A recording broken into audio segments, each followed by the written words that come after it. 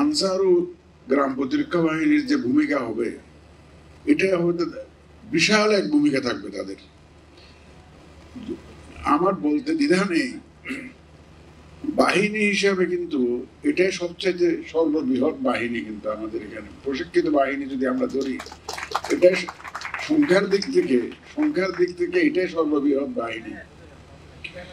দেশের যে কোনো দুর্যোগ মোকাবেলায়, বিশেষ করে গ্রামাঞ্চলে আমি যা দেখেছি, প্রাকৃতিক দুর্যোগ যখন হয় তখনও দেখেছি যে এই সমস্ত বাহিনীর সদস্যরা ঝাঁপিয়ে পড়ে। আমি আজকে যে ট্রেনিং এর যে কম্পোনেন্টস, বিশেষ করে প্র্যাকটিক্যাল একটা ডেমনস্ট্রেশন যে দেখলাম, একটা ডামি ইলেকশন সেন্টার করে ভোটাররা আসছেন, ভোট দিচ্ছেন, প্রিসাইডিং পুলিং অফিসার কি রোল প্লে করে, এবং অনাকাঙ্ক্ষিত যে ধরনের ঘটনা ঘটতে পারে ভোট কেন্দ্রে, সেটার যে একটা ডামি এক্সারসাইজ আমি দেখলাম।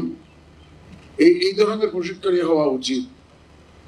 এবং আমি আরো আনন্দিত যে 74টা কেন্দ্রে, সারা দেশে 74টা কেন্দ্রে এই আজকে একটা ব্যাচের প্রশিক্ষণ শেষ হচ্ছে একসাথে।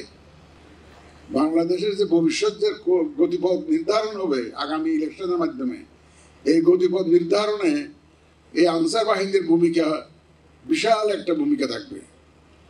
এবং আমাদের প্রত্যাশা যে নতুন ধরনের যে ট্রেনিং কম্পোনেন্ট গুলো সংযোজিত হয়েছে আমাদের সম্মানিত মহাপরিচালক মহোদয়ের নেতৃত্বে এবং অভিভাবকত্বে, এটাকে কাজে লাগিয়ে এবং আনসার এবং বিডিপির সদস্যবৃন্দ তাদের ভূমিকা আরো জোরদার করতে পারবে বলে আমি প্রত্যাশা করি।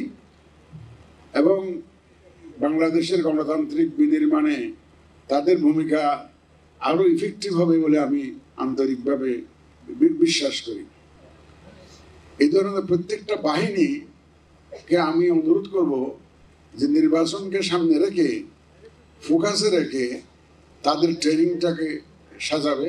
ঠিক আনসার এবং গ্রাম প্রতিরক্ষা বাহিনী যে আদলে কাজটা করছে, সেই আদলে প্রত্যেকটা বাহিনী একটা ওরিয়েন্টেশন ট্রেনিং প্রত্যেকটা সদস্যদেরকে যারা দায়িত্বে থাকবেন তাদেরকে এই ধরনের একটা প্রশিক্ষণ দেবে, আমি সেইটা আশা করব এবং আমাদের পরামর্শ থাকবে। আমি এখানে এসে জানতে পারলাম যে অ্যাওয়ারনেস রেজিং এ আনসার প্রতিরক্ষা এবং প্রতিরক্ষা বাহিনীর একটা ভূমিকা রাখার সুযোগ আছে, বিশাল সুযোগ আছে। এবং উনি আমাকে জানানো হলো যে একটা স্টুডিও আছে যেটা সারা দেশের সাথে সম্পৃক্ত, কানেক্টেড করা যায় যে কোনো মুহূর্তে।